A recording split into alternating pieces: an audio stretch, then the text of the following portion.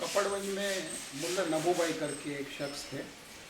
वो गरीबों के लिए उन्होंने वहाँ पर एक मदरसा चालू किया गरीब बच्चों के लिए और हॉस्पिटल।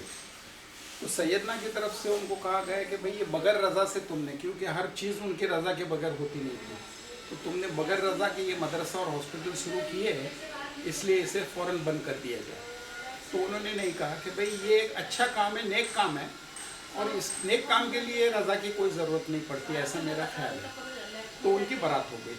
उनकी बारात होने के बाद उनको वहाँ इतना सताया गया, इतना जुल्म उन पर किया गया कि आखिर उनको कपड़वंड छोड़ना पड़ा, और कपड़वंड छोड़ के वो बॉम्बे आ गए। बॉम्बे में सर आदमजी पीर भाई ने उनको आसरा दिया।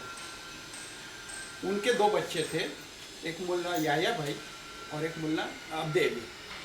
मुल्ला अब्दे अली की बात हमारी फूफी के साथ पक्की हुई और वो निकाह उन्होंने पढ़ाया। निकाह पढ़ने के बाद सैयदना की तरफ से लिटिल कंपनी से उनको नोटिस गई कि ये निकाह नाजायज़ है, क्योंकि तुमने हमारी रजा नहीं ली है, इसलिए इसको फ़ौरन ये निकाह तोड़ के तुम हमारे पास आओ, हमारी रज़ा लो और हमारी रज़ा से ही निकाह पढ़ो, और अगर ऐसा नहीं किए तुमने तो तुम्हारी बारात कर दी जाएगी और इससे जो बच्चे पैदा होंगे वो हराम के कहलाएंगे।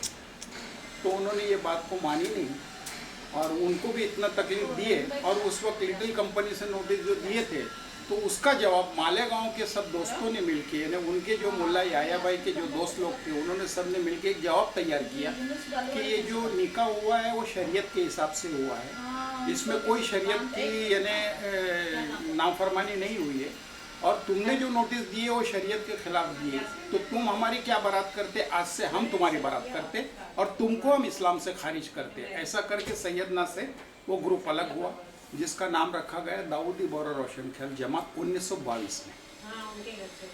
इस तरह से ये जमात कायम हुई और उसके बाद काफ़ी लोग उसमें शामिल हुए फिर।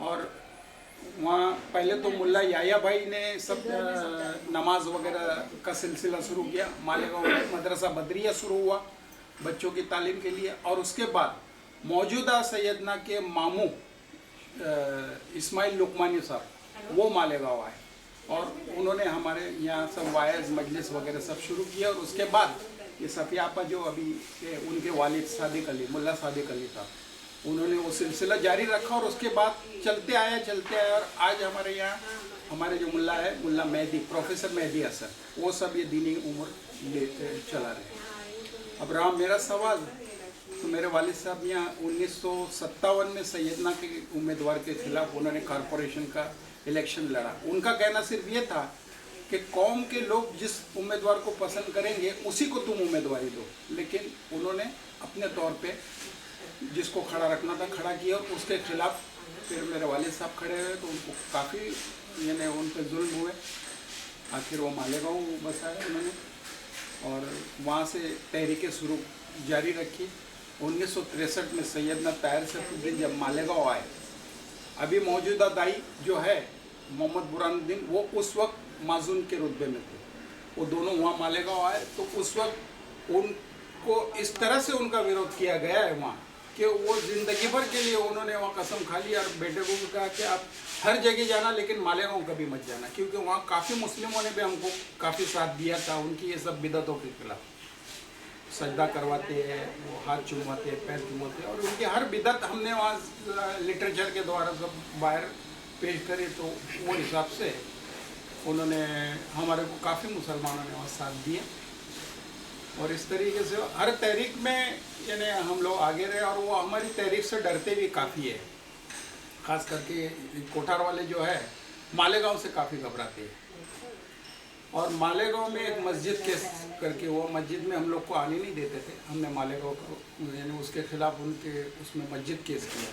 हर जगह अभी वो ये कहते हैं कि जो सैयदना को मानते हैं वही दाऊदी बोरा है, लेकिन मालेगांव मस्जिद केस में सैयदना की तरफ से, बुरहानुद्दीन की तरफ से जो प्रोफेसर शाकिर जामिया सैफिया का आया था, और उनको ये कहा गया था कि जो ज़बानी मैं दूंगा वो यानी ये प्रोफेसर शाकिर देंगे, वो मैंने कहा ऐसा समझने में आया। तो उन्होंने ये साफ तौर पे कहा कि दाऊदी बोरा रोशन ख्याल पार्टी जमात मीन्स एंटी मुल्ला पार्टी, जो मुल्ला जी को नहीं मानती वो एंटी, लेकिन उसके बावजूद भी वो दाऊदी बोरा ही है। और दाऊदी वोरा के हिसाब से उनको सब राइट मिलते हैं जैसे, और राइट इस्तेमाल करने का उनको हक है। वो चीज़ आज हमारे ये सुप्रीम कोर्ट के अंदर जो बारात के खिलाफ केस दाखिल हुआ, उसमें वो एग्जिबिट 25 हमारा दाखिल हुआ है, और इस बेस पे वो केस आगे बढ़ रहा है। मेरा एंगेजमेंट नागपुर की जिस लड़की के साथ हुआ, वो अपने एक एडवोकेट थे, इमरान अली एडवोकेट, जो कट्टर इनके खिलाफ थे, और उन्होंने चांदाबाई गल्ला केस में ताहिर सपुद्दीन के खिलाफ ज़बानी दी थी आदमजीत पीर भाई के फेवर में, तो इसलिए उनकी भी बारात हो गई थी। उनकी ये नवासी है। एंगेजमेंट तक उनको रजा, उन लोग उस वक्त मानते थे, ये बड़ी जमात कहते हैं इसको, सैयदना को बड़ी जमात वाले कहते हैं, हम लोग को छोटी जमात वाले कहते हैं। तो वो मेरे ससुर इन लोग उस वक्त मानते थे, तो उनको एंगेजमेंट वगैरह करने की और शादी की रजा उस वक्त दे दिए। लेकिन जब एंगेजमेंट हो गया, उसके बाद उनको ये कहा गया है कि लड़के को हमारे पास बॉम्बे लाओ। वो जब तक हमारी ये उन्होंने जो तहरीकें चलाई उन्होंने और उनके वालिद ने, तो वो अपने वालिद की तरफ से और अपनी तरफ से जब तक हमारी माफ़ी नहीं लिख के देगा और नया मिसाक नहीं देगा, तब तक हम शादी की रजा नहीं देंगे। अब जनरली एक बार जब लड़की का एंगेजमेंट हो जाता है, साथ में हम 2-4 महीना रहे, और एक बार उसका एंगेजमेंट टूट जाए तो फिर जल्दी होता नहीं। भाई लोग तरह तरह की वो करते हैं कि भाई क्यों टूटा होगा, क्या बात है, कुछ भी वो लड़की की गलतियां निकालते। तो इसलिए उन लोग ज़रा वो हो गए थे, घबरा गए थे। लेकिन मालेगांव वाले ने कहा कि कोई घबराने की बात नहीं। और उस वक्त मुझको जैन रंगूनवाला, मर्केंटाइल बैंक के फाउंडर, उन्होंने कहा, क्योंकि उनके कोठार के साथ ये सालेभाई साहब जो मुकासिर थे, उनके काफ़ी अच्छे ताल्लुकात थे, तो उन्होंने मुझसे कहा कि कैदर भाई तुम जाओ, 2 लाइन माफ़ी मांगने में कोई हरकत नहीं, तुम्हारा काम निकाल लो, उसके बाद तुम्हारे को कोई यानी हर्ज नहीं है। उसके बाद मैंने गया, उनका जो मिसाकनामा था उस पर दस्तखत किया, दस्तखत करके मेरा निकाह पड़ा। निकाह पढ़ने के बाद मैं फ़ौरन उसी वक्त यानी घर भी नहीं गया, वहाँ से सीधा बॉम्बे समाचार के ऑफिस में गया। वो जेहान दारूवाला करके उसके एडिटर थे, उनको मेरी सब आप बीती बताई। उन्होंने फ़ौरन ड्रॉर में से एक पेपर निकाला, बोले मुझको ये लिख के दो, मैं कल जुमा है, जुमा में वोरा मर्तमान करके जो कॉलम आती है उसमें छाप दूंगा।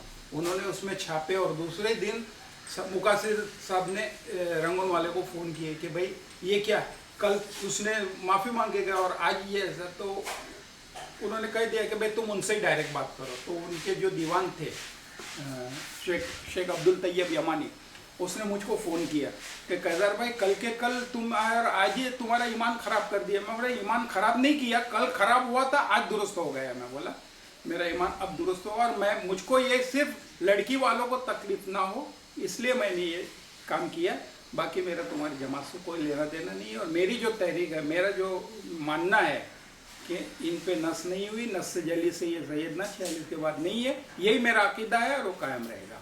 इस तरह से तो हम लोग तहरीक चला रहे हैं, और हमारी तहरीक ऐसी है कि मालेगांव में काफ़ी रिकॉर्ड है हमारे पास, इसके पुरावे हैं कि इन पे नस नहीं हुई है। और इसके अलावा भी जहाँ भी केसेस चलते हैं मुल्ला जी के खिलाफ, मोहम्मद बुरहानुद्दीन के खिलाफ, तो उन लोग हमारे से ही यानी कोर्ट कार्रवाई के जो पुरावे चाहिए, एग्जिबिट नंबर्स चाहिए, वो सब हमसे हासिल करते हैं। हम लोग उनकी पूरी मदद करते हैं, और इस तरह से हमारा ये सब सिलसिला आज तक जारी है।